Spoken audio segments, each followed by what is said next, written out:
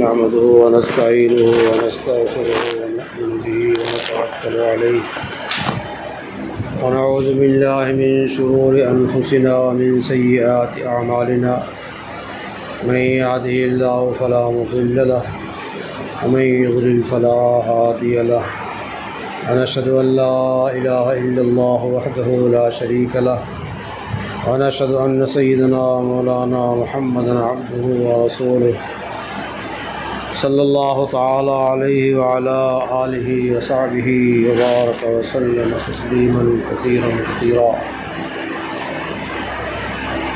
أما بعد فأعوذ بالله من الشيطان الرجيم بسم الله الرحمن الرحيم سبحان الذي أسرى بعبده ليلا من المسجد الحرام إلى المسجد الأقصى الذي باركنا حوله صدق اللہ العظیم۔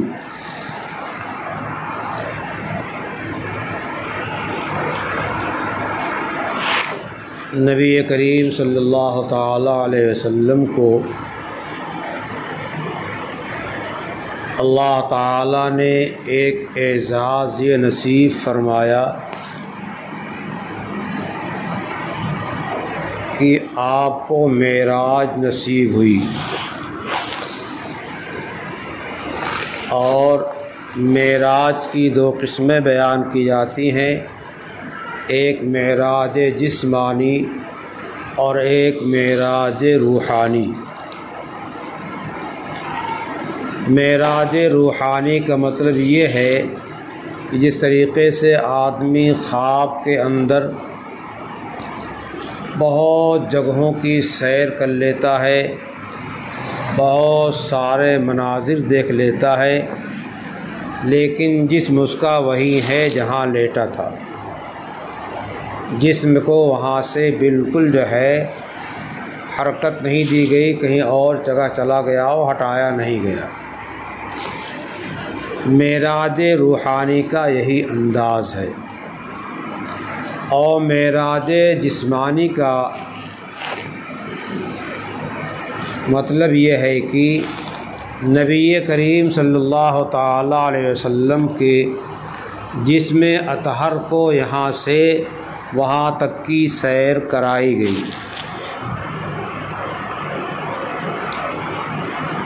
معراج جسمانی کا ایک جماعت انکار کرنے والی ہے، اور وہ معراج کو معراج روحانی پر منحصر کر دیتی ہے، لیکن اہل سنت والجماعت کا عقیدہ اور مذہب یہ ہے کہ نبی کریم صلی اللہ تعالی علیہ وسلم کو معراج جسمانی حاصل ہوئی ہے۔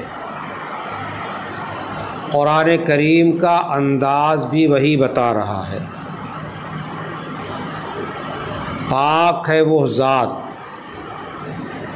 جس نے اپنے بندوں کو راتوں رات چلایا اور سیر کرایا۔ چلانا اور سیر کرانا کیسے ہوتا ہے؟ اس کی اصل یہی ہے کہ اس کو وہاں سے لے جایا جائے۔ من المسجد الحرام الی المسجد الاقصی، مسجد حرام سے مسجد اقصی لے گئے، جہاں پر آپ آرام فرما رہے تھے، وہاں سے آپ کو فرشتے مسجد حرام لے آئے ہیں۔ پھر مسجد حرام سے سیر ہوئی ہے اور آپ تشریف لے گئے ہیں مسجد اقصی۔ حدیثوں میں جب آپ کے گھر پہ موجود ہونے کا تذکرہ آتا ہے اور پھر مسجد حرام سے جانے تذکرہ آتا ہے، تو عام طریقے پر لوگوں کو اشکال ہوتا ہے۔ اس میں کوئی اشکال کی بات نہیں ہے۔ آپ جہاں آرام فرما رہے تھے وہاں سے جو ہے تشریف لائے کہاں؟ مسجد حرام، اور پھر وہاں سے گئے۔ تو ابتدا تو آپ کے آرام گاہ سے ہوئی، لیکن مسجد سے آپ کو لے جایا گیا۔ سفر کی ابتدا جو ہے ہمارے ہاں اسلامی قانون میں کیا ہے؟ استحباب یہی ہے کہ آدمی مسجد جائے اور 2 رکعت نماز پڑھے صلاۃ سفر کی، مسجد نہیں جا سکتا ہے تو گھر ہی میں 2 رکعت نماز سفر پڑھ کر کے دعا کر لے اور چلا جائے۔ اور واپسی میں بھی یہی ادب ہے کہ واپس آئے تو مسجد جائے، 2 رکعت شکرانہ پڑھے اور اس کے بعد پھر گھر میں جائے۔ نبی کریم صلی اللہ تعالیٰ علیہ وسلم کی عادت شریفہ یہی تھی کہ آپ مسجد میں تشریف لاتے تھے اور صحابہ کو معلوم رہتا تھا، اسے صحابہ جو ہے مسجد میں دوڑ کے پہنچ جاتے تھے، لپک کے پہنچ جاتے تھے۔ راستے میں جو قافلے ملے ہیں اور بعد میں جب مسئلہ کھڑا ہوا ہے آپ کی معراج کا، تو ان قافلے والوں نے آپ کے سفر کی رویت کا، آنکھ سے دیکھنے کا اقرار کیا ہے، اور اس بیان کو حدیثوں میں ذکر کیا گیا ہے۔ اس واسطے بھی معراج جسمانی میں کوئی اشکال نہیں ہے، معراج جسمانی ہوئی ہے۔ جب آپ صلی اللہ علیہ وسلم نے آ کر کے اطلاع دیا ہے تو لوگوں نے جھٹلانا شروع کر دیا اور مذاقرانہ تبصر شروع کیا کہ لو اب تک تو زمین ہی کی بات کر رہے تھے، آسمان پر بھی پہنچ گئے۔ لیکن جو قافلے راستے ملے تھے، جب ان کو بتایا گیا کہ یہ فلاں فلاں قافلے سے پوچھ لیا جائے، انہوں نے تصدیق کیا کہ ہاں ہم نے جاتے ہوئے دیکھا تھا۔ آپ کا معراج کا سفر تو کیا ہے، ایک دم آنن فانن ہے، اور اس دنیاوی وقت کے لحاظ سے بہت مختصر سا وقت ہے۔ اس مختصر سے وقت میں بہت اللہ تعالیٰ نے برکت دیا، اور اس میں آپ نے 7 آسمانوں پر جہاں جو نبی علیہ السلام ملے ان کی ملاقات کیا، اور پھر بارگاہ رب العزت میں حاضر ہوئے۔ سدرہ کے پاس پہنچ کر کے جبرائیل امین جو آپ کے رہبر تھے وہیں رک گئے، اور پھر اس کے آگے جو ہے دوسری جماعت آئی فرشتوں کی، اور وہ لوگ لے گئے۔ وہ ایک جگہ ہے جہاں سے اوپر کے لوگ نیچے نہیں آتے ہیں اور نیچے کے لوگ اوپر نہیں جاتے ہیں۔ وہ 2 ملک ہے، اوپر کا الگ، نیچے کا الگ، اللہ تعالیٰ نے تقسیم فرما رکھی ہے۔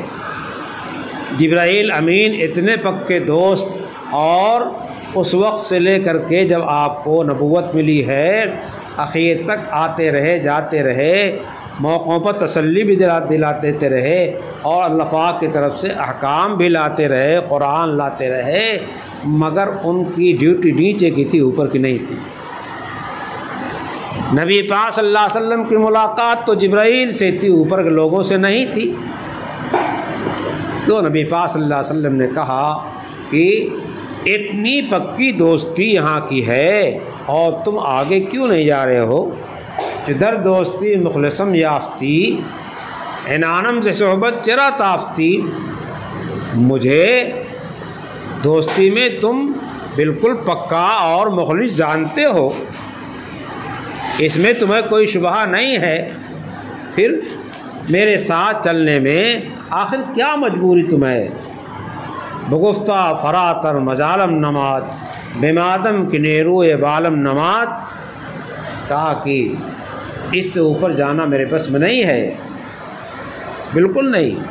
اتنی طاقت و قوت والے جبرائیل، 600 پر والے، اگر ایک پر پہ چاہیں تو پوری دنیا اٹھا کر کے الٹ دیں۔ کہ صاحب یہ میرے پر جو ہے نا اوپر جانے کے واسطے ان میں کوئی طاقت نہیں، اب اس سے اوپر اڑان نہیں بھر سکتا۔ اڑان بھرنے کے واسطے سرحد طے ہوتی نا، یہ جہاز کتنے اونچے تک جا سکتا ہے، اس کے اوپر نہیں جا سکتا ہے۔ تو جبریل کی پر میں جو اڑان کی طاقت دی گئی تھی وہ سدرہ تک کی طاقت تھی، اس کے آگے کی طاقت نہیں تھی۔ لیکن اوپر والوں کے حوالے کر کے جبرائیل واپس یہاں وہیں رک گئے، اور پھر اوپر جو ہے وہاں سے دوسرے لوگ لے گئے نبی پاک صلی اللہ علیہ وسلم کو، اور اللہ تعالیٰ کی بارگاہ میں پیش کیا۔ انتہائی قرب ہوا لیکن اس قرب کی کیفیت نہ ہم میں سے آپ کے کسی کو معلوم ہے اور نہ اس کیفیت کو کوئی بیان کر سکتا ہے۔ اس واسطے وہاں جا کر کے خاموشی اختیار کر لی جاتی ہے۔ نبی پاک صلی اللہ علیہ وسلم اللہ پاک کے دربار میں پہنچے ہیں تو سلام کیا ہے۔ کیا سلام؟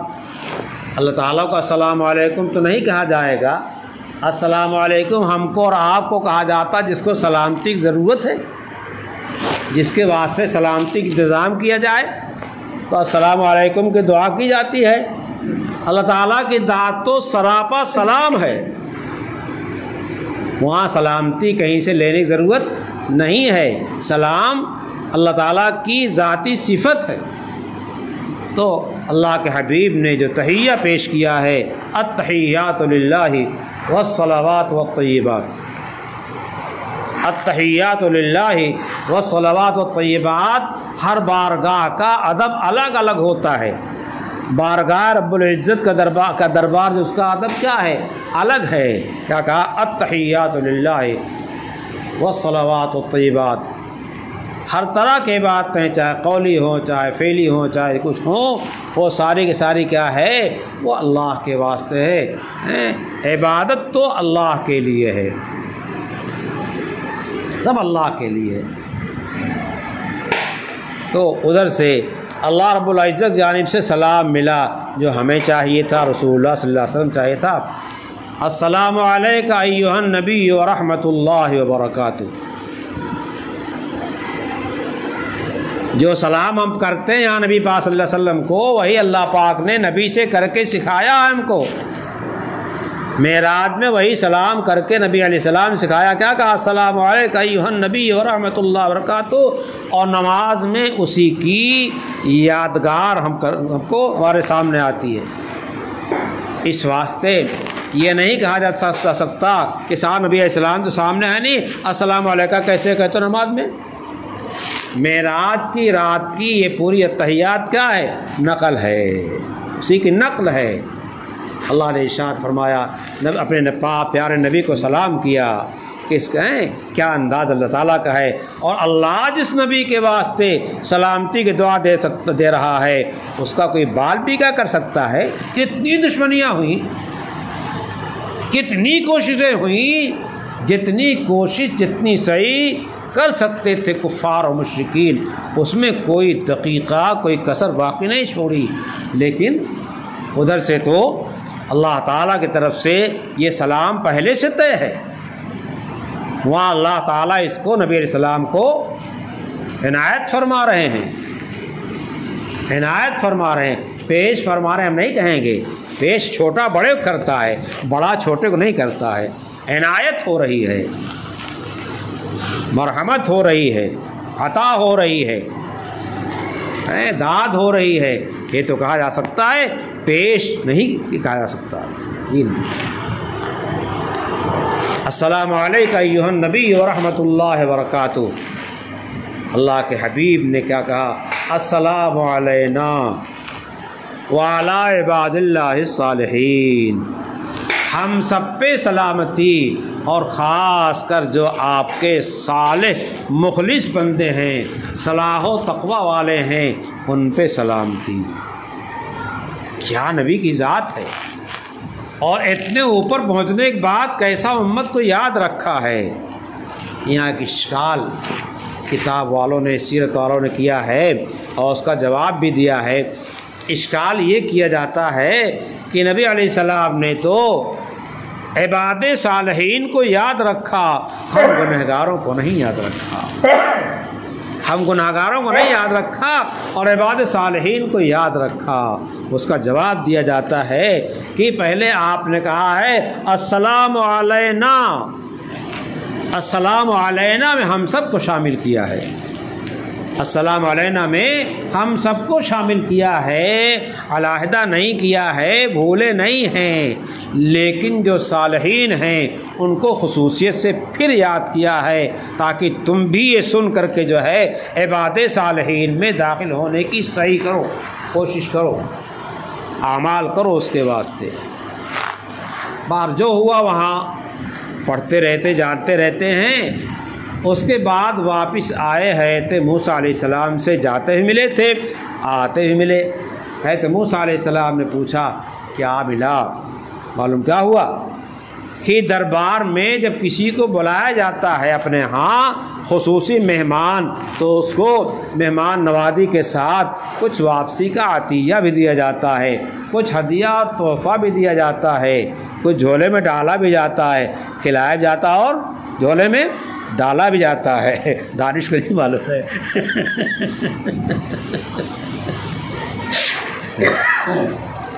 موسیٰ علیہ السلام نے پوچھا کہ کیا ملا؟ ایسا ہمارے مولا اور آقا نے ہم کو 50 وقت کی نمازیں عطا فرمایا ہے، 50 وقت کی نمازیں عطا فرمایا ہے۔ نبی پاک صلی اللہ علیہ وسلم جو ہے جو عطا ہوا اس کو لے کر کے بہت بڑا بوجھ لے کر کے چلے آئے اور آپ کو گرا نہیں گزرا۔ 50 نمازوں کا بوجھ لے کر کے آئے اور انتہائی سبک چلے آئے۔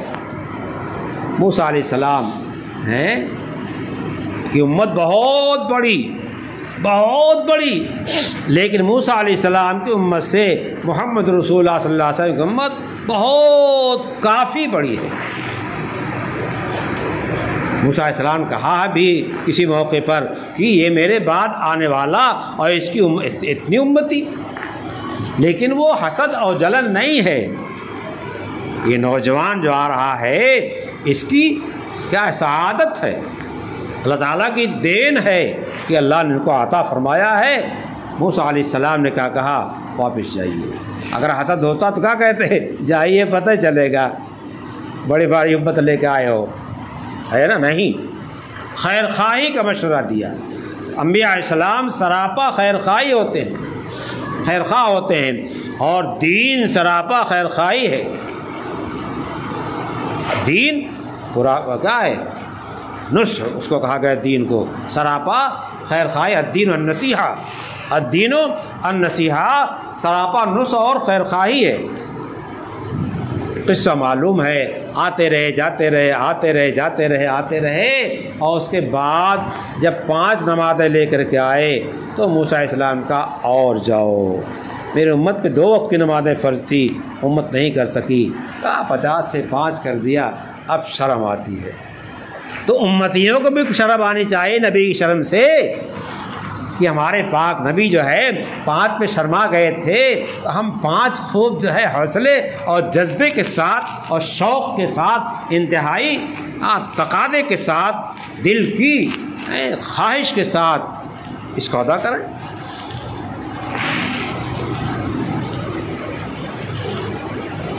اس وقت کیا اعلان ہوا؟ اللہ پاک کی طرف سے اعلان آیا، واپس آ گئے۔ اچھا، ایک مرتبہ اللہ تعالیٰ نہیں دے سکتے تھے 5 نمازیں؟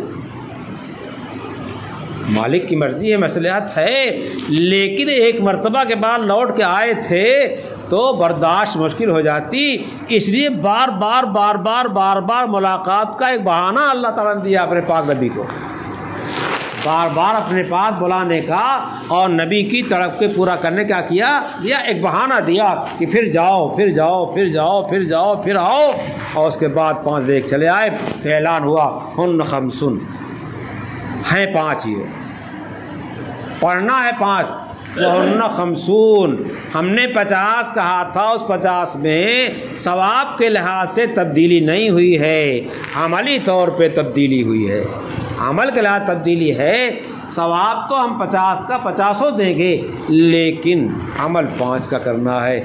کیا کریم آقا ہے، یہ سب سے پہلا نمبر ہے جس نمبر پہ اس امت کے واسطے جو ہے اللہ تعالیٰ کا انعام تمام امتوں سے زیادہ ملا ہے، تمام امتوں سے زیادہ ملا ہے، کہ 1 کا 10 گنا، 1 کا 10 گنا وہیں سے ہوا ہے۔ حدیث پاک میں مثال آتی ہے، آخری باب ہے حدیث مشکا شریف میں، باب ثواب ہذہ الامہ، اس امت کے ثواب کا مسئلہ، اس میں روایت ذکر کیا ہے کہ ایک قوم آئی، اس نے صبح سے دوپہر تک کیا کیا؟ مزدوری کا کام کیا اس کو مزدوری دے دی گئی، دن بھر کی مزدوری اس کی پوری دے دی گئی، مگر وقت کتنا ملا؟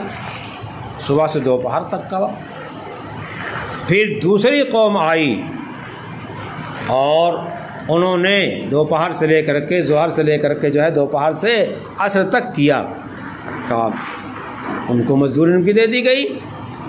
اور ایک قوم آئی اور اس نے عصر سے غروب آفتاب تک ہی محنت کیا، اسے پوری مزدوری دی گئی۔ وہ مثال یہود و نصارہ کی ہے، یہ امت محمدیہ کی ہے۔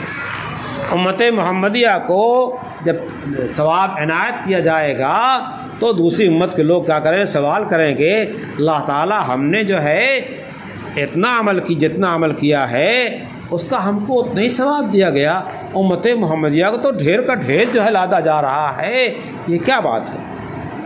اشکال کریں گے بارگاہ رب العالمین میں، فرمائیں گے تم نے جتنا کیا مل گیا نا، جتنا کیا مل گیا، اس میں کچھ ہم نے کوتاہی کمی کیا ہے، ثواب میں تمہارے کٹوتی کیا ہے،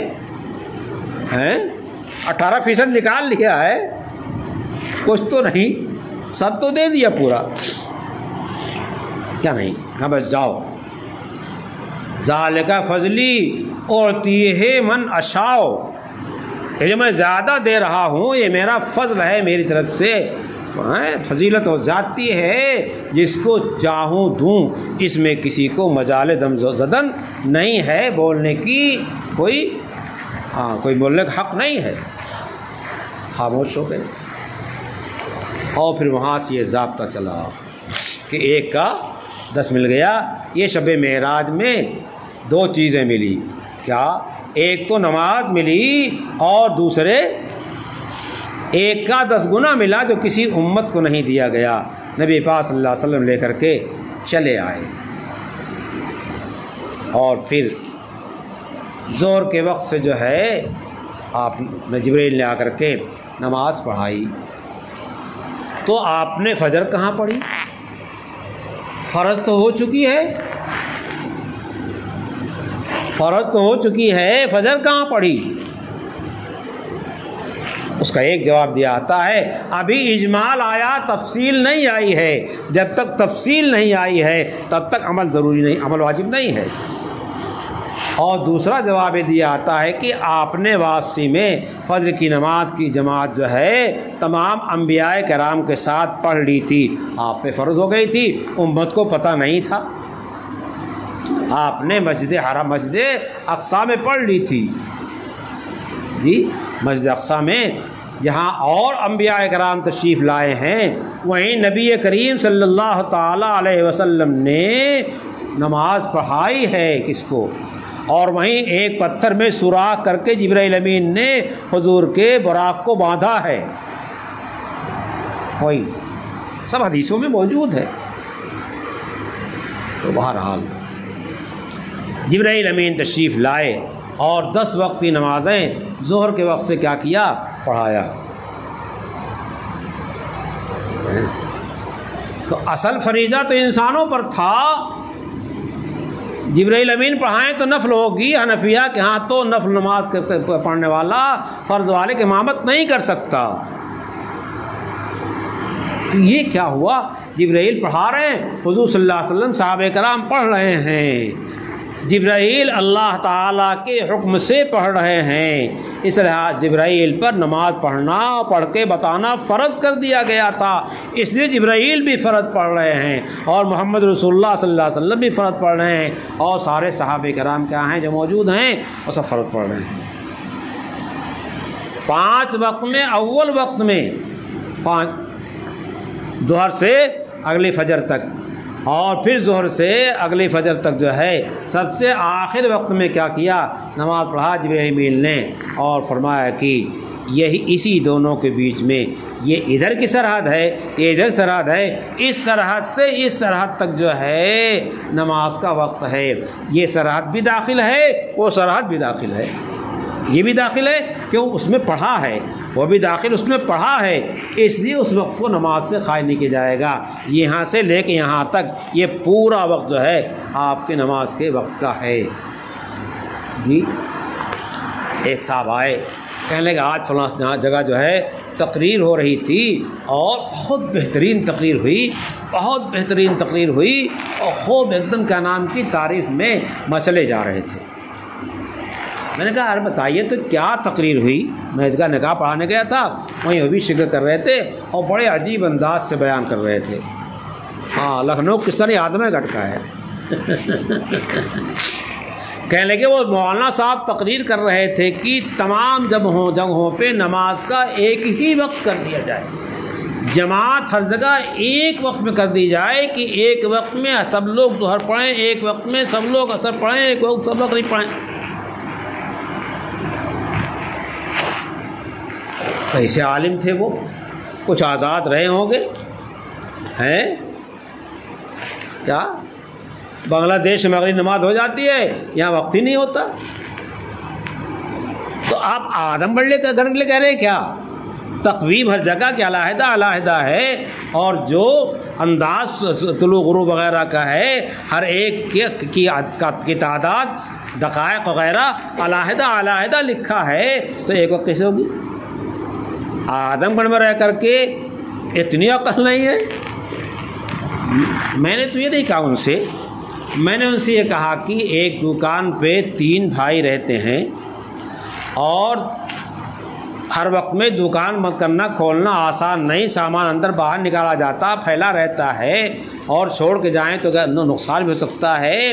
تو 3 بھائی تینوں جماعت کے ساتھ مسجد کی نماز پڑھنا چاہتے ہیں، تو کیا ایک وقت میں دکان چھوڑ کے چلے جائیں؟ شریعت میں ایسی تنگی نہیں ہے، شریعت نے وقت میں توسع جو دیا ہے، فجر کی نماز کا وقت جو ہے طلوع صبح صادق سے لے کر کے طلوع شمس تک جو ہے اتنا لمبا وقت، 1.25 گھنٹہ، اور کبھی 1.25 گھنٹے سے کچھ زیادہ ہو جاتا ہے، 1.5 گھنٹے کے اندر ہی اندر رہتا ہے، 1.25 گھنٹے جو زیادہ رہتا ہے۔ اور جو وقت جو ہے صبح صادق سے لے کر کے طلوع آفتاب تک رہتا ہے، بین ہی اتنا ہی وقت جو ہے غروب آفتاب سے لے کر کے عشاء کے وقت تک رہتا ہے۔ یہ ہے تھانوی رحمۃ اللہ علیہ نے امداد الفتاوی میں لکھا ہے، وہاں جا کے دیکھ لیجیے، یاد ہو اور پکا ہو جائے گا۔ تو خیر ان کی سمجھ بات آ گئی ہے نا، اسی لیے شہروں میں جماعتیں 5 منٹ 10 منٹ 5 منٹ 10 منٹ آگے رکھی جاتی ہیں، تاکہ ہر دکاندار کیا کرے، جماعت کے ساتھ نماز شریک ہو جائے۔ ایک بھائی چلا آئے وہاں سے، آگ سنت یہیں پڑھ لے اگر جلدی ہے، دکانیں سنت پڑھ لے، اور اس کے بعد جو ہے دوسرے بھائی کو روانہ کر دے، وہ دوسری مسجد جا کر نماز پڑھ لے، تیسری میں جا کر پڑھ لے۔ یہ اوقات اور طلوع غروب کا جو انداز ہے، سورج ہر جگہ اکٹھا نہیں نکلتا اور ہر جگہ غروب نہیں ہوتا ہے، اور سورج ہی پر نماز پنجگانہ کا جو ہے مدار ہے۔ زکوٰۃ کا مدار کس پر ہے؟ قمر پہ ہے، چاند پہ ہے۔ حج کا جو ہے دار و مدار چاند پہ ہے، روزے کا دار و مدار چاند پر ہے۔ چاند دیکھو روزہ رکھو، چاند دیکھو عید کرو۔ اور اسی لحاظ سے زکوٰۃ کی ادائیگی بھی سال میں 11 دن کا فرق ہو جاتا ہے، اگر انگریزی لحاظ سے نکالے گا تو حساب گڑبڑ ہو سکتا ہے، ضروری نہیں گڑبڑ ہو جائے، گڑبڑ ہو سکتا ہے۔ اور حج کا حال بھی وہی ہے، بہت مشہور یہاں ہے کہ صاحب جو ہے حج میں وہ لوگ بس ایسے اعلان کر دیتے ہیں، ہاں کچھ جگہیں ایسی جہاں اس طرح اعلان کرتے ہیں، لیکن مکہ مکرمہ مدینہ طیبہ میں ابھی ایسا نہیں ہوتا ہے، اللہ کرے آئندہ ایسا نہ ہو۔ جی نہیں، بعض لوگوں نے کتابوں میں ڈال دیا، لیکن جو میں نے تحقیق کیا اس تحقیق سے معلوم یہ ہوا کہ بہت ہی تحقیق کے بعد جو ہے وہ اعلان کرتے ہیں چاند کا۔ ایک صاحب نے مجھے فون کیا اور فون پہ بتایا کہ رات میں تراویح ہوئی ہے، اور تراویح کے بعد 2 گھنٹے تک میر جناح پہ ائمہ اور وہاں کے ذمہ دار حضرات بیٹھے ہیں، اور 2 گھنٹے کے بعد پھر جو ہے چاند کا فیصلہ ہوا ہے۔ اور یہاں ہندوستان مشہور ہے کہ پہلے ہی اعلان کر دیتے ہیں، جھوٹ ہے، الزام ہے۔ جن لوگوں نے کتابوں لکھ دیا ہے بلا تحقیق لکھا ہے، ان کو تحقیق کرنی چاہیے تھی، اور لکھ کے چلے گئے، پار ہو گئے۔ یہ تو خیر زائد بات آ گئی جو، لیکن اس کا مدار کس پر ہے؟ میں ایک دم اجمال بتا جا رہا ہوں. دیکھیے صبح صادق جو ہے وہ چاند سورج کہیں نکلا ہوا ہے، اسی کا انداز ہے جو ادھر جو ہے روشنی آ رہی ہے. پھر سورج نکل آتا ہے. سورج کے زوال پہ ظہر کا وقت ہوتا ہے، اور زوال کے بعد جو ہے جب ہر چیز کا سایہ 2 مثل ہو جائے، ہمارے ہاں عصر کا وقت ہوتا ہے. امام شافعی رحمۃ اللہ علیہ کا ہر چیز سایہ جو ہے دوپہر کے وقت جتنا سایہ تھا ٹھیک دوپہر میں اس کے بعد اتنا چھوڑ کے 1 مثل ہو جائے تو، اور ائمہ کے ہاں اور 2 مثل ہو جائے تو عصر ہمارے یہاں ہوتی ہے جیسے ہمارے عصر ہوتی ہے. اور غروب آفتاب تک جو ہے وہ کیا ہوتا ہے، غروب آفتاب تک عصر وقت رہتا ہے، مغرب شروع ہو جاتی ہے غروب کے بعد. غروب آفتاب کے بعد اسی سورج کا اثر کیا ہے، سرخی دیر تک باقی رہتی ہے آسمان پر، اور ادھر جو ہے وہ اثر نہیں ہوتا. اب کسی کے نزدیک سرخی ختم ہونے پر جو ہے عشاء کا شروع ہو جاتا ہے، اس کے بعد بہت تھوڑی دیر کے واسطے ایک سفیدی آتی ہے. امام ابو حنیفہ فرماتے ہیں اس کے ختم ہونے کے بعد کیا ہے عشاء کو ہوتا ہے. تو ادھر سے سرخی شفق جو ہے چاہے کیا ہو، شفق سرخ ہو اور چاہے شفق حمر ہو، ابیض ہو، دونوں کیا ہے اسی کا. شفق ابیض کے بعد جو ہے چاروں طرف افق برابر ہو جاتا ہے، چاروں طرف ہوا مدار سورج. بعض لوگوں نے کتابوں میں ایسے ایسے انداز تخمینے لکھ دیے، اور وہ کتابیں ہمارے سرامیر کتب خانوں میں بک رہی ہیں. ایک کتاب ہے عورتوں کی نماز، اس میں 5 وقت کے انداز کا ایک تخمینہ بیان کیا ہے. جی کیا لکھا ہے، فجر کی نماز کا وقت جو ہے صبح صادق سے شروع ہو کر کے طلوع آفتاب تک رہتا ہے. اور پھر لکھتے ہیں کہ طلوع آفتاب سے کچھ پہلے کوئی اس کو مزید بول رہا ہے 10-15 منٹ پہلے کیسے کوئی لکھا ہے پہلے ختم ہو جاتا ہے. بتائیے ہمارے ہاں دیہاتوں میں وہی 10-15 منٹ پہلے کیا ہے، سب نماز پڑھتے ہیں، ہے نا. لاک ڈاؤن بھیا لوگ خوب سوئے ہیں اور دیر نماز پڑھی ہے، مسجد کی نماز فکر تو رہی نہیں، ہے نا بہت. اور انہوں نے 1.5 گھنٹے کی تعیین کر دیا. ہاں 1.5 گھنٹہ رہتا ہے، اور وہی پھر 15 منٹ پہلے کیا ہوتا ہے ختم ہو جاتا ہے. یہ کیا ہے، بالکل جہالت کی بات ہے. سورج کے نکلنے سے پر کیا اس کا مدار ہے، سورج کے نکلنے تک جو ہے فجر کا وقت رہتا ہے، اس کا کنارہ نظر آ گیا، نماز کو ختم ہو گیا. سورج ڈوب گیا مگر وہ کیا ہو گیا، شروع ہو گیا. سورج سے اس کا مدار ہے، اور آپ کے اوقات اور تخمینے سے اس کا مدار نہیں ہے. بہرحال تو میں کہنا چاہتا ہوں کہ اللہ تعالیٰ نے اپنے حبیب صلی اللہ علیہ وسلم کو جو بلایا ہے تو ایک چیز دیا ہے، نماز. اور بھی فرائض ہیں، جو 4 فرائض جو ہیں وہ تو کیا ہیں، ایک دم اول نمبر پہ ہیں. نماز ہے، روزہ ہے، زکوٰۃ ہے، حج ہے. لیکن نماز کی جتنی پابندی کرائی گئی، بار بار بار بار بار بار بار بار زکوٰۃ سال میں ایک مرتبہ دے دے گا، روزہ سال میں ایک مرتبہ رکھے گا، اللہ کے قرب کا بہت بڑا ذریعہ ہے. حج زندگی میں ایک بار کر لے گا، لیکن سب سے زیادہ پسندیدہ عمل اللہ کی بارگاہ میں نماز ہے. اس واسطے اللہ نے کیا کیا، اپنے سے قریب کرنے کے واسطے جو ہے بار بار بار بار بار بار بار بار بار بار نماز پڑھوایا، فرائض پڑھوایا. فرائض ساتھ کیا ہے، 5 وقت فرائض ہیں تو 5 وقت کی نوافل بھی ہیں. اشراق ہے، چاشت ہے، اور فیض زوال ہے. زوال کے بعد فوراً 4 رکعت جو ہے اس کی فضیلت ایسی جیسے تہجد کی نماز. یہ طریقے سے اوابین ہے، تہجد ہے، 5 نمازیں ہو گئیں. اس کے علاوہ اپنی ضروریات پہ نماز حاجت ہے، نماز سفر ہے، نماز تسبیح ہے، اللہ تعالیٰ نے اپنے قریب کرنے کے واسطے نماز کو بہت زیادہ جو ہے پھیلانا چاہا ہے، اور نبی صلی اللہ علیہ وسلم کو اس کی تعلیم مختلف انداز سے کیا ہے۔ اس واسطے سمجھنا چاہیے کہ اللہ تعالیٰ سے قریب ہونے کا سب سے زیادہ ذریعہ جو ہے کیا ہے؟ ایمان کے بعد نماز ہے، اور سب سے بڑا ذریعہ کیا ہے؟ وہ ایمان ہے۔ ایمان ایسی چیز ہے جو ہر آن فرض ہے، کسی آن میں ایمان جو ہے ساقط نہیں ہوتا، کسی آن بھی ایمان ساقط نہیں ہوتا، ایک آن کے واسطے بھی کفر کا آنا پسندیدہ نہیں ہے۔ تو سب سے زیادہ جو عمل اہم ہے وہ تو کیا ہے؟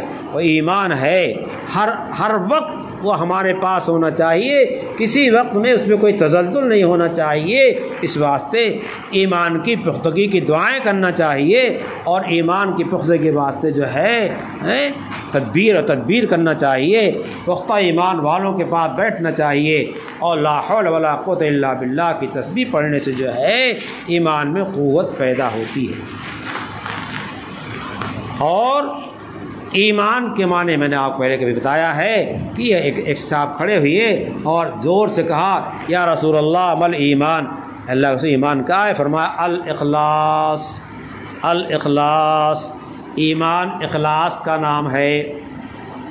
جو عمل ہم کرتے ہیں ایمان کا، اس میں ہمیشہ یہ ذہن ہونا چاہیے کہ ہم یہ اللہ کے واسطے کر رہے ہیں۔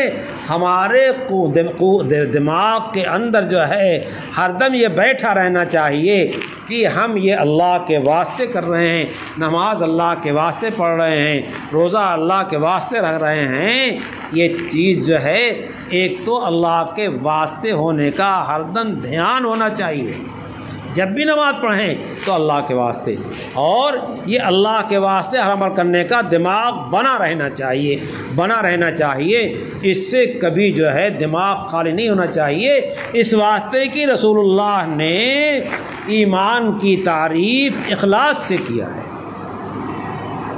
رسول اللہ نے ایمان کا تعارف اخلاص سے کرایا ہے۔